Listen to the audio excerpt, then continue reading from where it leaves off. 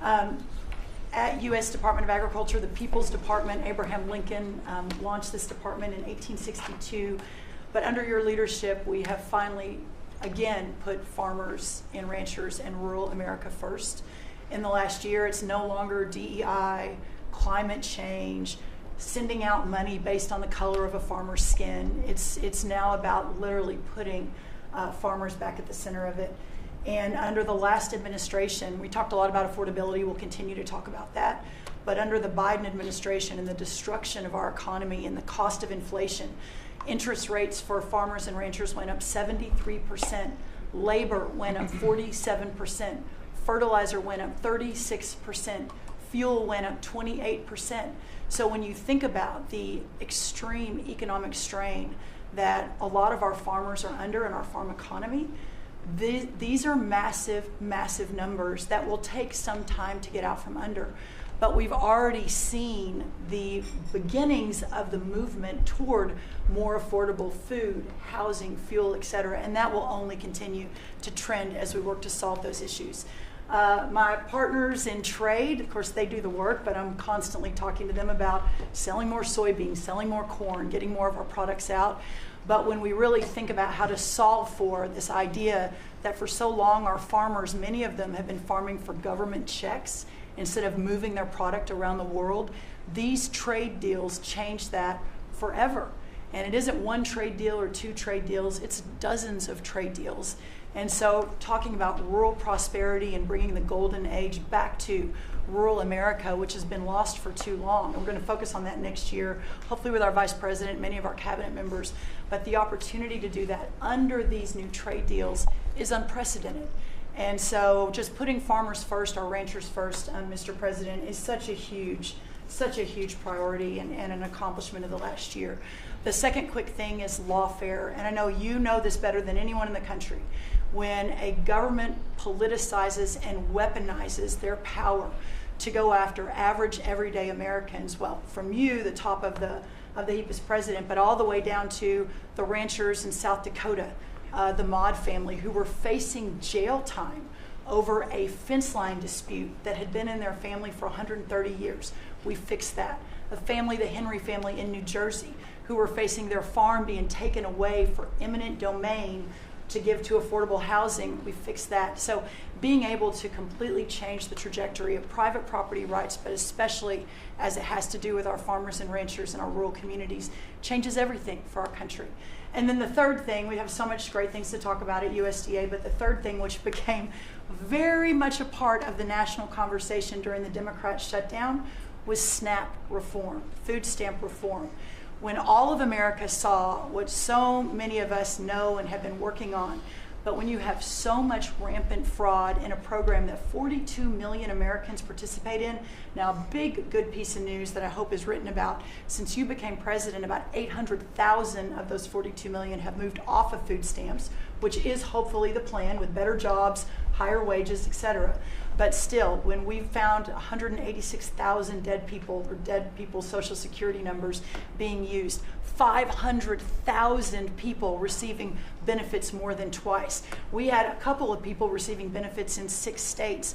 In February of this year, we asked for all the states for the first time to turn over their data to the federal government to let the USDA partner with them to root out this fraud, to make sure that those who really need food stamps are getting them, but also to ensure that the American taxpayer is protected. 21 states said yes, 29 states said yes, not surprisingly, the red states, and that's where all of that data, that fraud comes from. But 21 states, including California, New York, and Minnesota, the blue states, continue to say no. So as of next week, we have begun and will begin to stop moving federal funds into those states until they comply and they tell us and allow us to partner with them to root out this fraud and to protect the American taxpayer. As Joe Biden was working to buy an election a year ago, he increased food stamp program funding by 40%.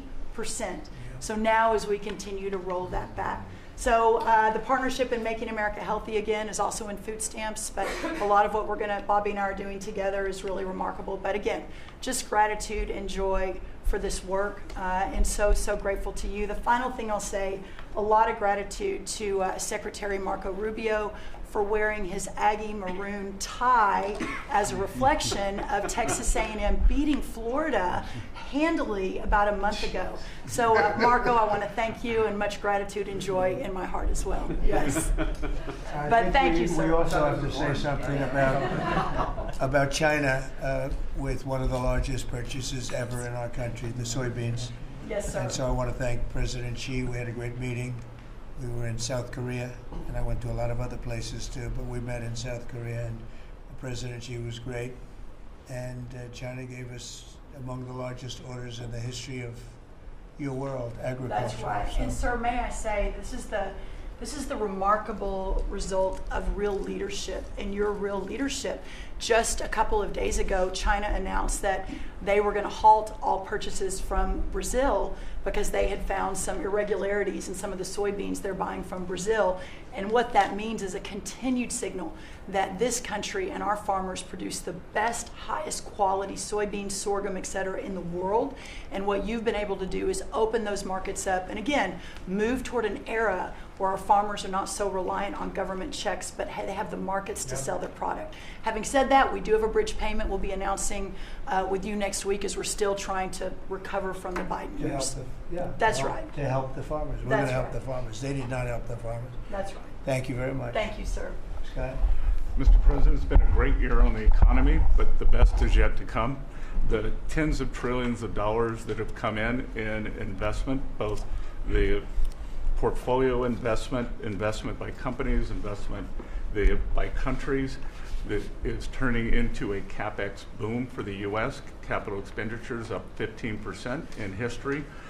When CapEx is up, jobs will follow. The One Big Beautiful Bill is an incredible, as you said, thanks to your leadership, along with Speaker Johnson, Senator Leader Thune, we had that done on July 4th, which everyone said was impossible. And the great thing about that bill, sir, for the American people, it's for industry, 100% expensing, build your factory here, you can write it off immediately, but you also insisted on the 4 benefits for working people: no tax on tips, no tax on overtime, no tax on Social Security, auto deductibility for American cars, and that is retroactive. So as a result, in 2026, we are going to see very substantial tax refunds in the first quarter. So the best way to address the affordability crisis is to give Americans more money in their pockets, which is what this bill has done. We're going to see real wage increases. I think next year is going to be a fantastic year. Taxes, deregulation, energy certainty. That's why everyone with your leadership is coming to America. Bond market had its best year since 2020. Everyone said couldn't be done. So we're going to have growth. We've had 2 4% quarters before the Schumer shutdown. We're going to go back to that. So not only are we going to have great growth, but it's going to be low inflationary growth. And stock market obviously is following, but next year is going to be the year for Main Street as all this kicks in. And you came in, immigration, I called it the 3 I's: immigration, interest rates, and inflation, that were killing the American people. Close the border, the promise kept. Interest rates are down, and 10-year bond, again, best year since 2020, and inflation led by energy prices is going to roll next year. I think it's going to be a fantastic year. We can look back, be very proud of this year, but I think 2026 is going to be great for the American people, thanks to you. It's going to be great. Thank you very much. Mr. Vice President. Thank you, Mr. President. It's an honor to serve with this great team that you've assembled. And I just want to pick up on something you said, Mr. President, because you hit the nail on the head, that it is absurd that Democrats talk about an affordability crisis that they created and the people around this table work every single day to address. You'll hear a lot of statistics today. You hear a lot of statistics in our political conversation. I think the most important statistic for the American people is that under the Biden administration, the average American family lost over $3,000 of household income. And under the first 10 months of this Trump administration, they have gained over $1,000 of household income. What that says very clearly is that we are fixing the problem that Joe Biden and the Democrats created in the last administration. If you look at every affordability crisis that's confronting the American people today, it is traceable directly to a problem caused by Joe Biden and congressional Democrats. Why did homes get so unaffordable? Because we had 20 million illegal aliens in this country taking homes that ought by right to go to American citizens. Why did tax bills get so unaffordable? Because Democrats were raising taxes while congressional Republicans under the president's leadership were now cutting taxes. Why did food get so expensive? Because we printed trillions of dollars and threw it into green scams that made our agricultural economy suffer while Americans were paying higher prices for food. On every single one of those issues, Mr. President, I think we've made incredible progress. But it would be preposterous to fix every problem caused over the last 4 years in just 10 months. I think that we've done incredibly good. But what I see over the next year, and you heard Brooke talk about joy and gratitude, what I really think this season represents for me, and I think for the entire administration, is that we have now done incredible work to fix what Joe Biden broke. And I think the next year in American growth and American prosperity could be the best year that we've had in the United States of America. It's going to happen because we're all working hard. It's going to happen because we have the greatest country in the world. But I think for congressional Democrats in particular, if they want to talk about affordability, they ought to look in the mirror. We are fixing what they're broken. We're proud to do it. It's the job that we were elected to do. But I think 2026 is going to be the year where this economy really takes off. Thank you very much. Thank you, sir. Great. Pam? President Trump, thank you for talking about Sarah. Heartbreaks for her family.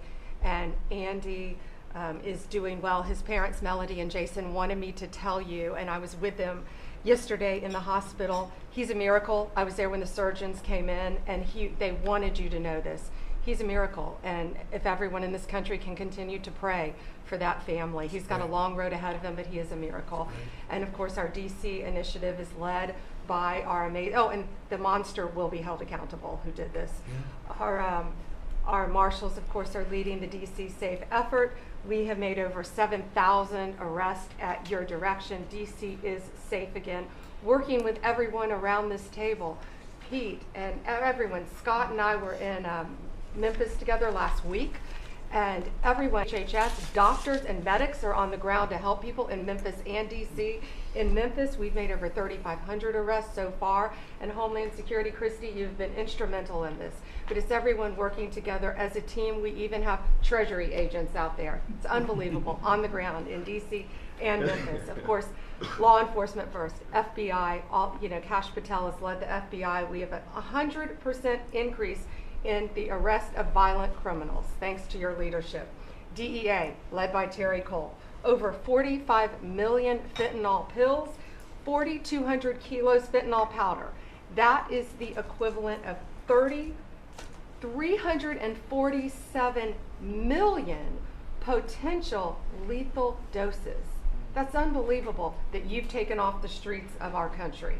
And the weight of all the drugs combined taken off by DEA is the weight of 17 full semi-trucks of the drugs just since you've been in office, the drugs that had flowed into this country under the previous administration. ATF, led by Rob Sakata, has seized more than 31,000 illegal guns. 31,000. Unbelievable at your leadership. 19,000 of those were from trafficking cases. We've been sued on the legal front now. We have been sued 575 times. 575 times. More than every administration going back to Reagan combined. Most recently, yesterday, I was sued by an immigration judge who we fired. One of the reasons, she said she was a woman. Last I checked, I was a woman as well. 24 Supreme Court wins, President Trump, 92% success rate. We told you it would take a while to get to the Supreme Court. We're doing it at record speed, led by John Sauer, of course, Sarah and Hosh, all working together. Immigration, we're winning. Nationwide injunctions, ending DEI funding, working to secure that our federal workforce is aligned with your America First agenda, representing pretty much everyone in this room. We met with your general counsel yesterday, Doug, working with everyone. It's nonstop. ICE, of course, we're winning there with Christie. We're Brooks, SNAP benefits, won there. Marco, USAID. Pete, National Guard, of course, going nonstop. Our U.S. attorneys are fighting violent crime, working around the clock to make America safe again, which was your directive. Our Civil Rights Division, suing Gavin Newsom 3 times now, Prop 50, keeping boys out of girls' sports, and in-state tuition for illegal aliens. We've sued over election integrity. We are litigating major universities with Linda. Thank you, our Civil Rights Division, for everything that you've done to end DEI in our schools. Our Civil Division fighting sanctuary cities every single day. And of course, our Antitrust Division with Google, major settlement. Our attorneys are working on terrorism, TDA, MS-13, Antifa, President Trump. We've charged more than 500 defendants with assault on federal officers thanks to your directive. And also, we have dropped countless cases against Americans that were prosecuted under the Biden administration, including J6, COVID, FACE Act, and more. And as everyone knows, we cannot talk about pending grand jury investigations, but no one is above the law, and that includes what happened in Arctic frost. I hope everyone has a very Merry Christmas, Happy Hanukkah, and Happy Holidays. Thank you for fighting for our country. Thank you. Thank you very much. Please, Laura. Great. Well, thank you, Mr. President. Thank you for allowing me to be at this table.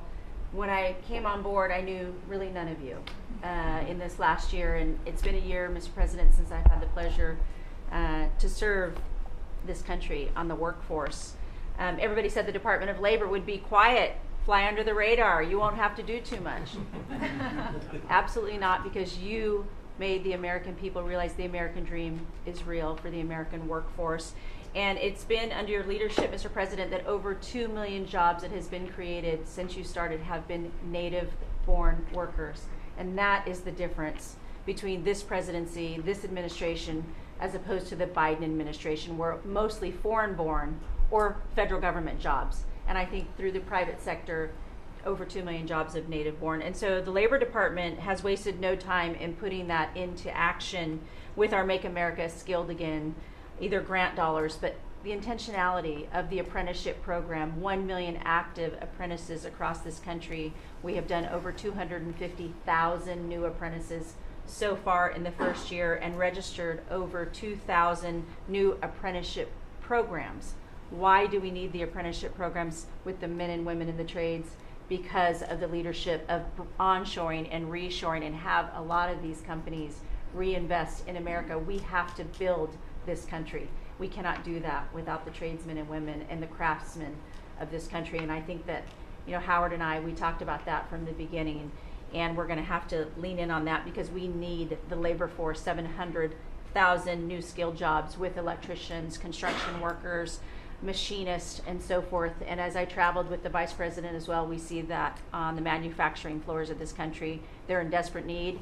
The Department of Labor are going to get the workforce skilled again. Working with Secretary McMahon as we move a lot of the education out to our respective states, we are now working together, and we have deployed $86 million in investments, and a lot of that is in AI infrastructure jobs to have our new workforce proficient and literate in AI if we're going to continue to lead the AI race, and we're working on that. And the Department of Labor is now creating and will soon launch the AI infrastructure and workforce hub, which we will be able to track that metrics to see exactly if these dollars are going correctly.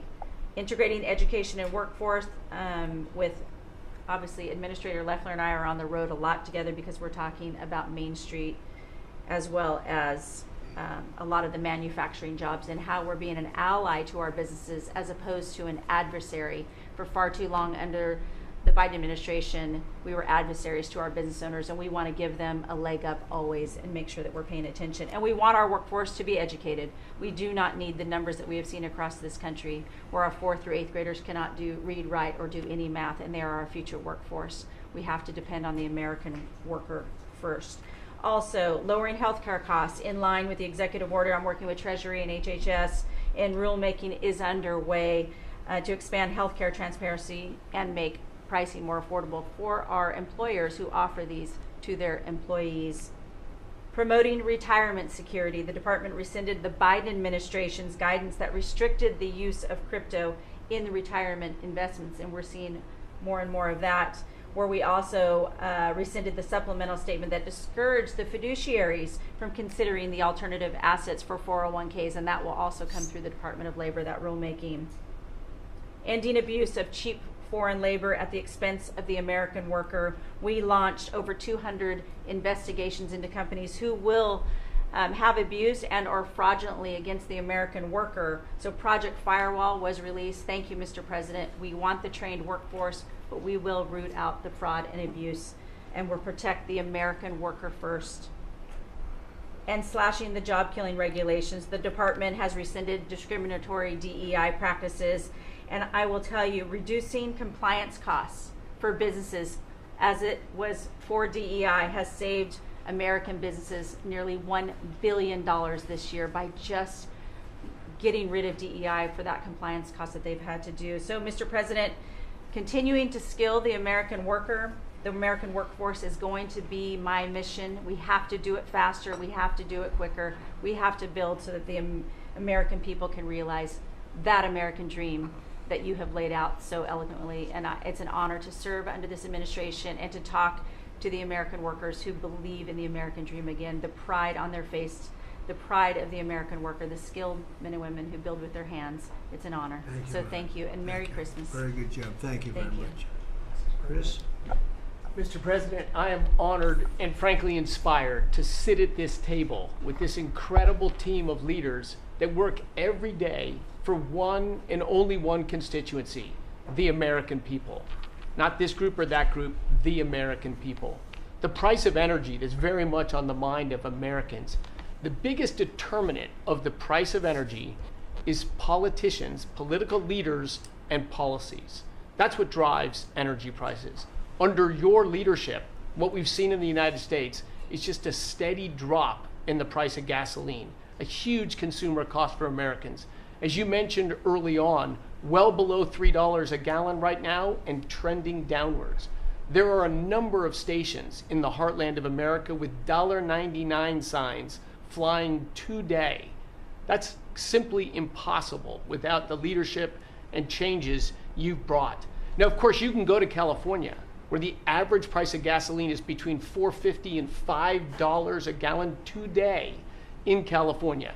That's just bad political leaders there and bad policies in California. And taxes. And taxes. Of course. Taxes they charge on gasoline are just insane. Terrible. And electricity prices is a very parallel story, but it's a bigger moving ship, so the changes are a little bit slower. But Americans are outraged at roughly 30% rise in the average price of electricity across this country. But everything we are doing together is going to reverse that. Not just stop the rises, but start a downward trajectory in electricity prices. And I can say that with confidence, not because we think these policies will work. We know these policies will work, and I'll get to that in a second. We're going to stop closing power plants. We've already done that, of course. Stop closing the coal power plants and natural gas plants that were shut down. We've got over 30 gigawatts of generators just sitting there today, not allowed to run. Well, of course, we're fixing that immediately. We're going to bring on from our existing grid tens of gigawatts more capacity that'll drive down the cost of electricity. But if we look at the last 5 years to see what works and what doesn't work, the most Trump-aligned policies in the electricity sector were by, no surprise, one of your cabinet members, Secretary Burgum, for 8 years governor of North Dakota. Over the last 5 years, production and demand for electricity in North Dakota grew 35%. Think what data center boom's going to do. And what happened? Electricity prices went down. Didn't rise slowly. They actually went down those 5 years.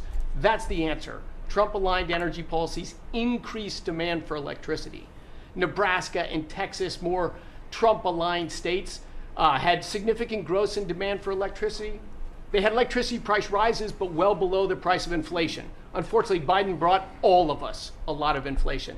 If you look at the other end of the spectrum, California, New York, Massachusetts, Connecticut, Maryland, I could go on. What happened in those states? Policies and politicians that force the building of unreliable electricity generation, which requires new infrastructure and transmission lines. And what happened? Today they produce less electricity than they did 5 years ago. A lot of spending money and less electricity. What does that mean? Of course, much faster rises in the price of electricity. Blue states have had 1.5 times faster rise in electricity prices than red states. Red states alone, less than inflation. We need to bring those policies. You are bringing those policies to the national level. We hope the blue states will come along with us, but your policies are going to start the decline of electricity prices nationwide under your leadership by just bringing back common sense. So thank you for allowing me to be part of this team. For people here who are focused on winning, special thanks to Howard and Scotty who were there with me to see the Denver Broncos win on Monday night. Now we want nationwide wins on energy for 3 more years. And we're doing more energy production than we've ever done by far right now. Records across the board that'll continue to be reset every year you're in office. Thank you very much. Well, Mr. President, thank you for giving me a very interesting job. Some days it's a little controversial too, but it's been an honor to work for you. You are a great American. The fights that you pick are the right fights, and they're always on behalf of this country. So I appreciate the chance to do this job heading up this department. If you think about what Joe Biden did with the Department of Homeland Security, he used this department to invade the country with terrorists. He opened up the borders, let anybody come in that wanted to. He put them on airplanes. He let them through our airports. If they could figure out a way to get to our shores and in our country, he just opened the door and invited them in. So it's our job to get them out. And I want to thank you for this team, because I look around the table and I think every single person here has helped me do my job over the last year. They've supported us at the border and given us resources. Marco negotiates all the travel documents and relationships with other countries to take their people home. 2 million people have gone home already. The people that were here illegally, you've removed from our country and sent home. And we're going to send more home for the holidays too, and make sure that they get to be with their families in their countries. Yes. Mostly the bad ones. That's right. Pam. Focus is the bad ones. That's right. And there are a lot of them. Terrible, horrible people. And Pam, make sure she's fighting for us in court so that we can get up every day and be bold. We're going to hire our 10,000th ICE officer. Will be on the job within 10 days. So we have hired 10,000. We've had hundreds of thousands of applications. We've got within the department, TSA went through this government shutdown without any delays. They all showed up for their shifts and worked hard doing security. And they have been absolutely fantastic. Sir, you made it through hurricane season without a hurricane. Yeah. And so FEMA, you kept the hurricanes away. So we appreciate that. And FEMA is deploying resources and dollars 150% faster than ever before. So somebody does have something bad that happens to them, you are immediately there helping them and telling them they have the resources to get back up on their feet. So we have built and deployed hundreds of miles of border already. You have cut the fentanyl flow over the southern border by over 56%. You've saved hundreds of millions of lives with the cocaine you've blown up in the Caribbean. And, you told me to look into Minnesota and their fraud on visas and their programs. 50% of them are fraudulent, which means that wacko Governor Walz either is an idiot or he did it on purpose. And I think he's both, sir. He brought people in there illegally that never should have been in this country, said they were somebody that they're not. They said they were married to somebody who was their brother or somebody else. Fraudulent visa applications, signed up for government programs, took hundreds of billions of dollars from the taxpayers, and we're going to remove them and we're going to get our money back. And we're going to, this next year, make sure that we only put people in leadership positions in this country that love this country and have its back. So thank you for letting us get up every day and have a purpose. We appreciate you. Thanks, Chris. Appreciate it. Mr. President, you're exactly right. We are saving this country. We're doing it one Main Street at a time, and we're doing it at record speed and at record levels. Under your leadership, small business optimism, according to the U.S. Chamber, index for small businesses has reached an all-time high in the history of that index. So on Main Street, the economy is coming back thanks to your leadership, thanks to getting Biden inflation under control. Small businesses' number one concern right now is finding skilled labor, and that's why Secretary Chavez DeRemer and I have entered into an MOU to get to speed that workforce to small businesses that under this administration are now at record levels. 36 million small businesses have now taken on board, for the first time in the SBA's history, $100 billion. That's $45 billion in small business lending at 85,000 small businesses, most of that under your term, and $52 billion out to small business investment companies. So we are running this agency like the best run bank in the country. We are growing small businesses across Main Street, and we're deregulating to the tune of $100 billion, working with all my fellow cabinet members. And thank you for putting together the best cabinet in history. Iron sharpens iron, and thank you for bringing such a strong leadership group together. And then finally, I've walked factory floors from Alaska to Maine, and the workers, the small businesses, most manufacturers in this country are small businesses, 600,000 of them. They are so grateful to your fair trade, low inflation, deregulation agenda that is creating national security and economic security in this country like never before.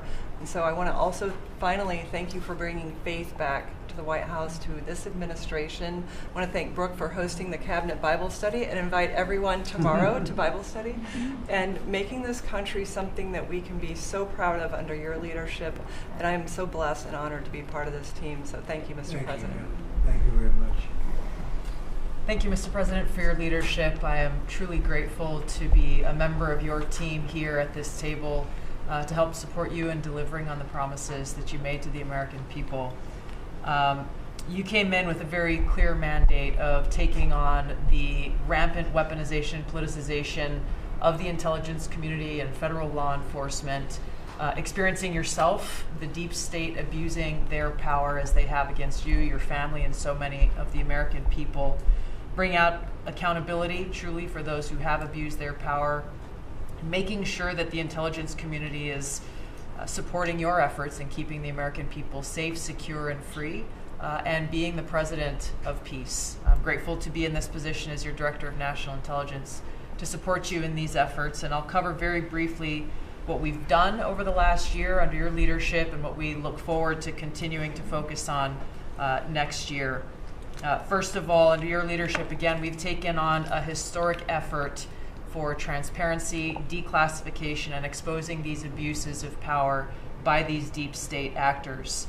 We've declassified over 500,000 documents, many of which had never been seen before by the American people, put them online to bring about this level of transparency. We formed a weaponization working group, again, to be able to go after a lot of these abuses of power that have never seen the light of day, to support the accountability that under Pam Bondi's leadership in the Department of Justice is coming about. Secondly, bring about reforms to the intelligence community to make sure that we have the most effective and efficient and focused workforce that's really working on bringing about the priorities you have laid out in ensuring our country's security. And lastly, Mr. President, working with many of our partners here around the table, is going after these domestic threats.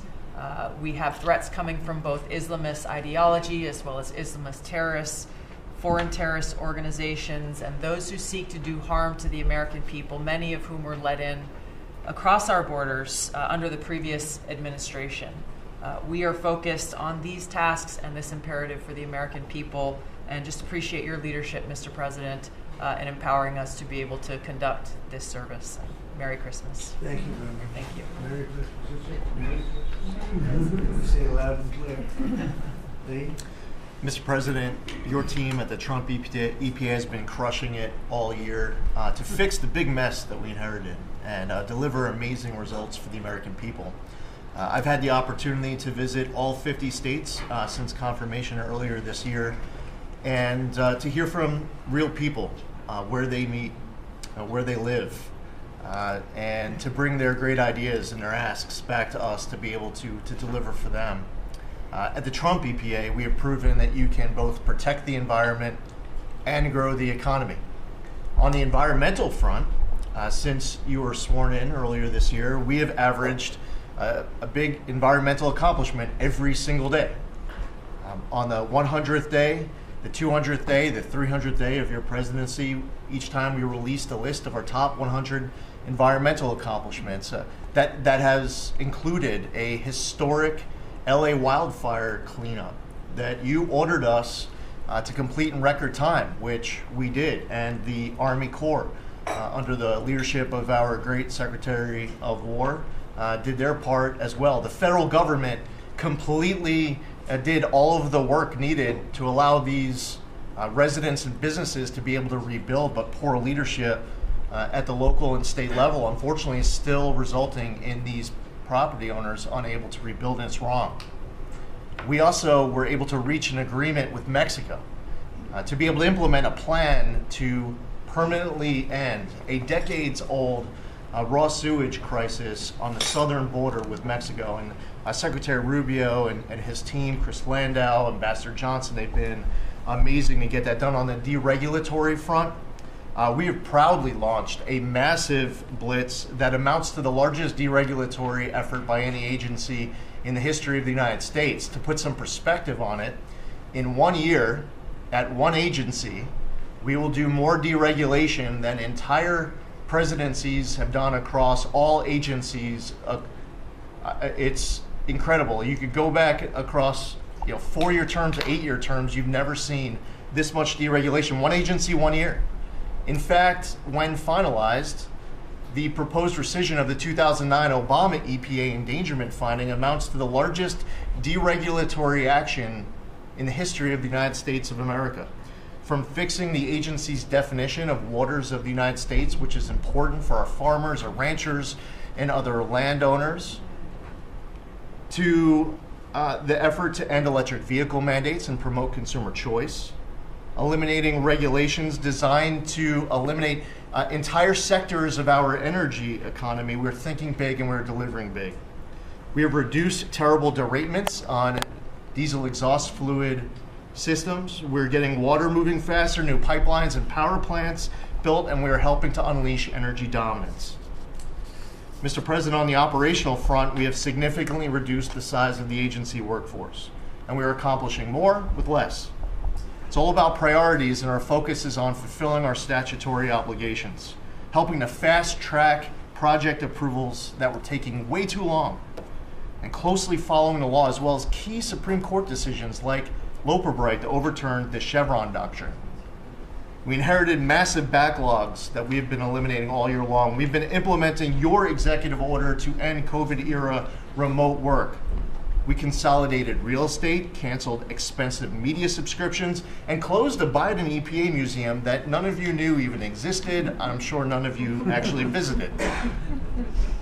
To put it another way, in 2024, the Biden EPA obligated and spent over $60 billion in 1 year, an agency with an operational budget of about $10 billion a year. In their own words, caught on camera, they were tossing gold bars off the Titanic, wasting precious tax dollars to pay off well-connected Obama and Biden officials. And they were doing without any apology or regret. The Biden EPA, in fact, was amending grant agreements just days before you came into office to reduce agency oversight. But this year, 2025, at the Trump EPA, similar theme that you'll hear from everyone around this table. With our actions canceling wasteful grants and implementing other measures just mentioned, we have saved $30 billion. They spent over $60 billion. We have saved over $30 billion. The bottom line, by the way, is that the Green New scam is dead. It's a new day at the EPA where we will protect the environment and grow the economy. We will deliver on the Trump mandate every day. And we will fight with just one constituency front of mind, and that is the American people. Thank you, Mr. President, for being willing to take a bullet for this country. And if you were to ask me what I'm grateful for, whether it's a Thanksgiving, it's a Christmas, a Hanukkah, a New Year's, any time of year, the fact that this president, after 4 years serving in office, he could have just left it in the rearview mirror and went on to really enjoy retirement. but he is willing to take a bullet for all of you tuning in at home because he believes in his flag, our freedom, our liberties, and to save the greatest country in the history of the world. So I'm grateful this holiday season for you, Mr. President. You're willing to take a bullet for all of us, and by all of us, it's the American public. Thank you. Mr. President, good morning, everyone. Well, in spite of the fact that your charge to me is to fire myself, we've really been incredibly hard at work making sure that we can return education to the states. And as I sit and listen to all the emergencies that we are addressing in this country, from the economy to our borders to everything that we're doing, I would say, sir, that if we do not fix education in our country with this hard reset that you are expecting, I think the greatest national emergency we could face is our education. Because if we are not going to educate our children, we're going to continue to fall behind the rest of the world. When there are only 30% of 12th graders, 8th graders, and 4th graders that can read at proficiency level, that is an incredibly harsh statement to make about our country. And you told me when you first were elected president, and you looked at, I think, right after you took office, the first NAEP scores, which is the Nation's Report Card, came out and showed how far down we were in educational proficiency in our country. And not only the NAEP scores, but the international scores as well showed us about third from the bottom. You told me you were not only embarrassed, but you were angry about this, and that we had to do something to change this in our country. And we took a hard look at it, and you absolutely said the bureaucracy of education in Washington is keeping its thumb on preventing growth, what we should have, because it's best handled at the state level. Letting states put their programs in place, and some states are going to do it a lot better than others. But it's not going to happen from Washington, D.C. And when I hear things like, well, with no disrespect to any other country in the world that have really great programs, Germany, Sweden, Norway, I hear about this all the time. Point of fact is, they're this big. The United States is this big. We can't do it from Washington, D.C. It has to be done at the state level. So what we've been doing, as Lori brought up, Secretary of Labor brought up, we have a great working relationship. We have already signed and implemented one MOU or interagency agreement to handle the WIOA program and the Perkins grants to make sure it works. I call these, these are programs, pilot programs that we're putting out there. And if these are going to work, we will be able to permanently transfer these programs to other agencies. They're working like a charm. We've taken some of our best people in education. It still operates under the budget of the Department of Education and under the management of the Department of Education, but working with Lori's personnel. And when I hear pushback on that to say, well, how can this possibly work to take education and put it in labor? Let's be efficient. One example, in order to draw down on a lot of the grants that they are helping us with, we're using their grant system. The grant system at the Department of Education is like held together with bubble gum and rubber bands. Mm-hmm. And it did not interact with any other agency. Now we have this really smooth operation already in labor. So that has prompted us to sign also other interagency agreements, 2 more with labor, 1 with HHS, 1 with the Department of State, and we'll be moving other programs, but these are proof of concept. Let's make sure they're working and working smoothly before we ask Congress to codify these permanent moves. So that's kind of in the world of K through 12, what we're looking at right now, but in the world of higher education, as Attorney General Bondi mentioned, we've been working really very hard to make sure that we've got anti-Semitism and DEI out of our universities, and put some pretty stiff fines on, worked some good deals. I've enjoyed working with Harmeet, who is just an incredible negotiator. So we're bringing all of that to bear as well. So I can say, sir, that we are moving to return education to the states and to bring the level of education back up, making sure our students can read by reintroducing the science of reading in schools. And going into next year, I can honestly say You've got a lean, mean machine operating at the Department of Education. There's only half the workforce of when we started, and we're more efficient, and I think we're going to see better results as we move into next year. So thank you for this incredible opportunity. Thank you very much. Thank you, Mr. President, during this holiday season for empowering us, HHS, me, Dr. McCary, Jay Bhattacharya, and Dr. Oz, to change the trajectory of this agency towards public health in a way from the tradition of serving the mercantile interests of the medical industrial complex and the big pharmaceutical companies. 2 weeks ago, we ended, under your leadership, a 20-year war on women by removing the black box warnings from hormone replacement therapy. The medical cartel was telling women that hormone replacement therapy during menopause was dangerous for them. In fact, here's what the science said. It diminishes the risk of fatal heart attacks by 25%, cardiac disease by 50%, Alzheimer's by 35%, bone fractures by 50 to 60%. It improves appetite, it improves sleep, it improves energy, it improves happiness. There are tens of millions of women in this country who have been deprived of that therapy because of just scientific malpractice by the medical cartel. We are now remedying that, and this remedy will now be available to all women who want it during one of the most difficult transitions of their lives.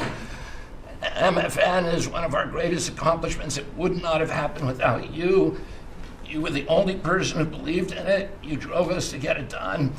We've now made agreements with the 5 biggest pharmaceutical companies. We have 12 more in the lineup to make agreements. By the time this administration leaves office, 95% of the drugs in this country we will have the lowest prices of any nation in the developed world. Americans are already getting the benefits from these. These companies are already lowering these prices dramatically, as you've noticed. And then this week, Howard at Department of Commerce and Jameson at the U.S. Trade Representative made a bargain with Great Britain to raise their drug prices in conformance with your promise that the Europeans would raise theirs to counterbalance us lowering ours, and therefore we would keep intact the ecosystem of innovation and protect innovation. So congratulations on that, Mr. President. When you first asked me to take this job, one of the first contacts we made was with a leading economics professor, health economics professor at Harvard. And we asked him what's the one innovation that we could do that would most dramatically improve the health care experience for the average American. And he said there's no contest, it's to get rid of prior authorization. Thanks to your leadership, we were able to convene the largest insurance companies in this country and do something that every administration, every Congress has promised for the past 30 years. We actually got it done. We convened the insurance companies representing 280 million Americans and got them to agree, most of them by January of 2026, for 2 months from now, to remove prior authorization for most of their procedures, for all the procedures we want them removed from. And that means that American patients at the point of care will be able to get an answer immediately. If your doctor says you need knee surgery, you will know before you leave that doctor's office whether your insurance company will pay for it or not. Similarly, healthcare records, the tech industry has refused to share healthcare records. You asked us to change that. We convened the 60 biggest tech companies at a conference that you presided over about 2 months ago. We now did a secondary conference which 400 leading companies have all come in and agreed to remove any kind of blockages where individual Americans can get their own health care. Americans own their health care records, yet they were not able to access them. And if you lived in New Jersey and you moved to Oregon and you got injured, you went to a hospital, you would have to spend maybe 45 minutes filling out forms on a clipboard because your doctors there could not get your healthcare records. They couldn't get your blood type, your allergies, all the things they ought to know immediately so they can save your life. Now that has all changed, and all these companies now have agreed to remove all the blocks on sharing healthcare records. Every American will have their healthcare records available on their cell phones. And it's already happening. In the last 6 months, there have been over 100 times the number of healthcare records shared by hospitals than during the entire previous administration. On deregulation, HHS proudly is now leading the pack, and thank you for your help on that, Russ. But today we announced the revocation of the nursing home rule, which was overburdening rural areas across this country, Indian reservations, with regulations that were going to destroy the nursing home industry in those communities. And that is going to be a $25 billion savings. Those are some of the things that we're doing because of your leadership. President Trump, thank you so much, and Merry Christmas to you. Thank you, Bob, very much. Great job. Well, Mr. President, you've assembled an incredibly talented group here. If you took a look at this group compared to any Fortune 500 leadership team, any group of startup folks, I mean, this is an amazing group in the breadth of what's being accomplished. And the timing couldn't be better because with your leadership and vision, you've set us up for this age of abundance as we head into next year, the 250th anniversary of this country. And what are we heading into that year? As we've talked around the table, you've heard about massively lower taxes, massively lower regulation, abundant energy, record capital investment coming in, job growth. I mean, we are set up to really have something to celebrate next year. And I just, again, want to say thank you to everybody around the table. You gave us one big assignment in Interior. Of course, Interior, the largest balance sheet in the world. In the Department of Interior, if it was a standalone company, 500 million acres of surface, 700 million acres of subsurface, over 3 billion of offshore from Guam to the Virgin Islands. And you said, we got to take care of that balance sheet. We got to develop those resources. And what have we done across that? Producing record amounts of oil, record amounts of gas. And again, we set out with a goal, energy diplomacy, sell energy to our friends and allies. We're exporting a record amount of energy to all of our friends and allies around the world. That's helping do that. And you're giving a gift to America as we head into this. You're giving us peace abroad, and you're giving us prosperity at home. That bodes so well for our country. One small little gift that we're giving to all Americans from one teeny part of the Interior, which is the national parks, is that not only are we keeping prices low for all American citizens, offering 10 free days for our national parks next year to coincide with our holidays, but also a $100 surcharge for non-residents. That is going to raise hundreds of millions of dollars for helping restore and preserve all of our best parks. So as we close out, then I want to also say a big celebration going on here in Washington, D.C. We've been thrilled to be part of the National Park Service, the U.S. Park Police, part of this great effort across a number of us on making D.C. safe and beautiful. This will be the safest and most beautiful capital in the world. We are doing so many things, whether it's hundreds of homeless camps, thousands of graffiti sites, cleaning up ponds and fountains, preparing this thing. The United States is never going to be performing better economically. It's never going to be looking better, just like the White House has never looked better, all because of your vision leadership. So again, thank you, sir. You've given an incredible Christmas gift to Americans by setting us up for an incredible 250th anniversary. That's very nice. Thank you, Doug, very much. Marco? Well, thank you, Mr. President. First of all, this is a very talented team, as you've seen, and as you know, because you picked every single one that's on. You deserve tremendous credit for doing that. It's an honor to be in this role. It's also an honor to be involved in and be a witness to what I believe is the most transformational year in American foreign policy since the end of the Second World War, at least. And it's transformational because for the first time in a long time, we have a president who basically puts America at the forefront of every decision we make in our relations with the world. And that may sound weird to people, like, of course you always do. No, that hasn't always been the case until about a year ago. And I think we've all witnessed in our own respective spaces how in every interaction the president has with the world, The goal he has in mind is very simple. Does what you want us to do, or is it what we're going, or is it going to make us stronger? Is it going to make us richer? Is it going to make us safer? If it is, he's for it. If it's not, he's against it. If something's going to make America weaker or poorer or less safe, the president's going to be against it. And every single thing he has done in our foreign policy has been driven by the American people in mind.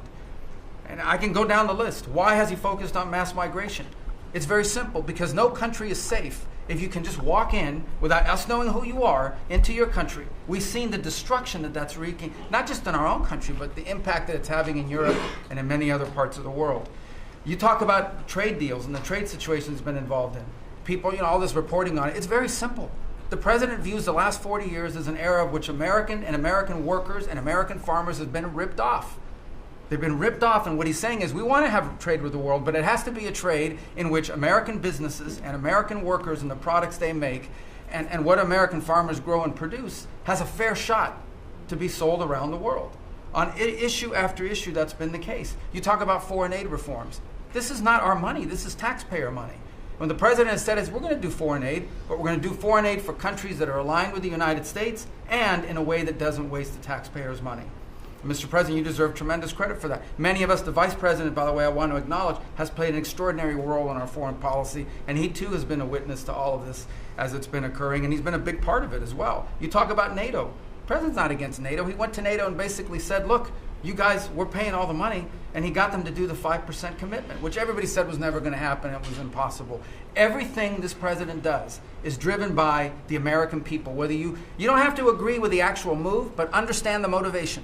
The motivation is always you, the American people, and what's good for you, for your family, for the country, and for our economy. But the president is also committed to peace in a way that all of us have seen.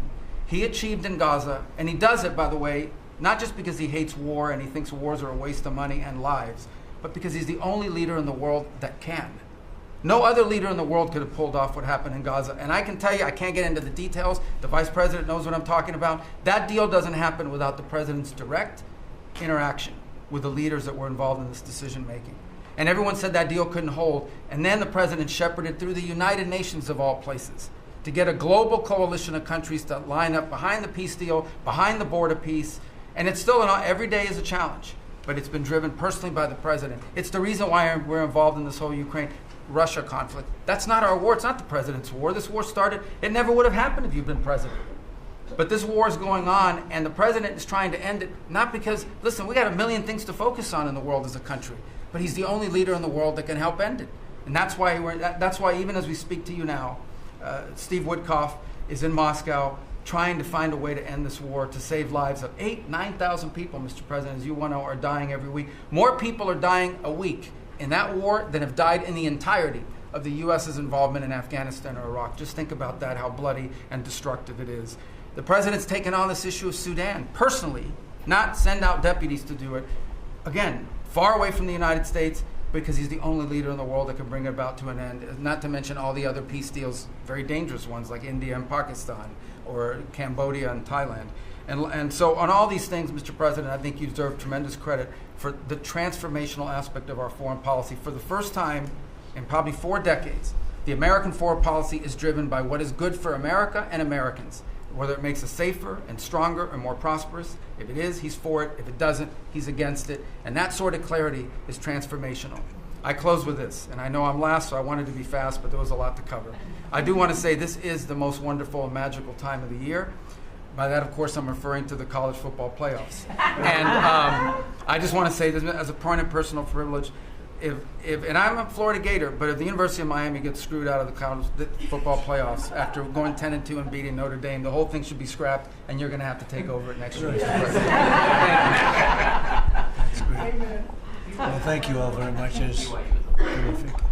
I hope it wasn't too long, but it was very concise, and we've done a lot.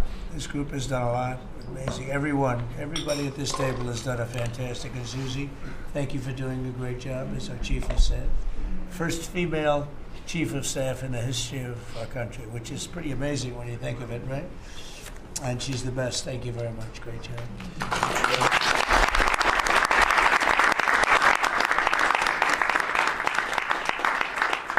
So after that, do you want to ask any questions? Mr.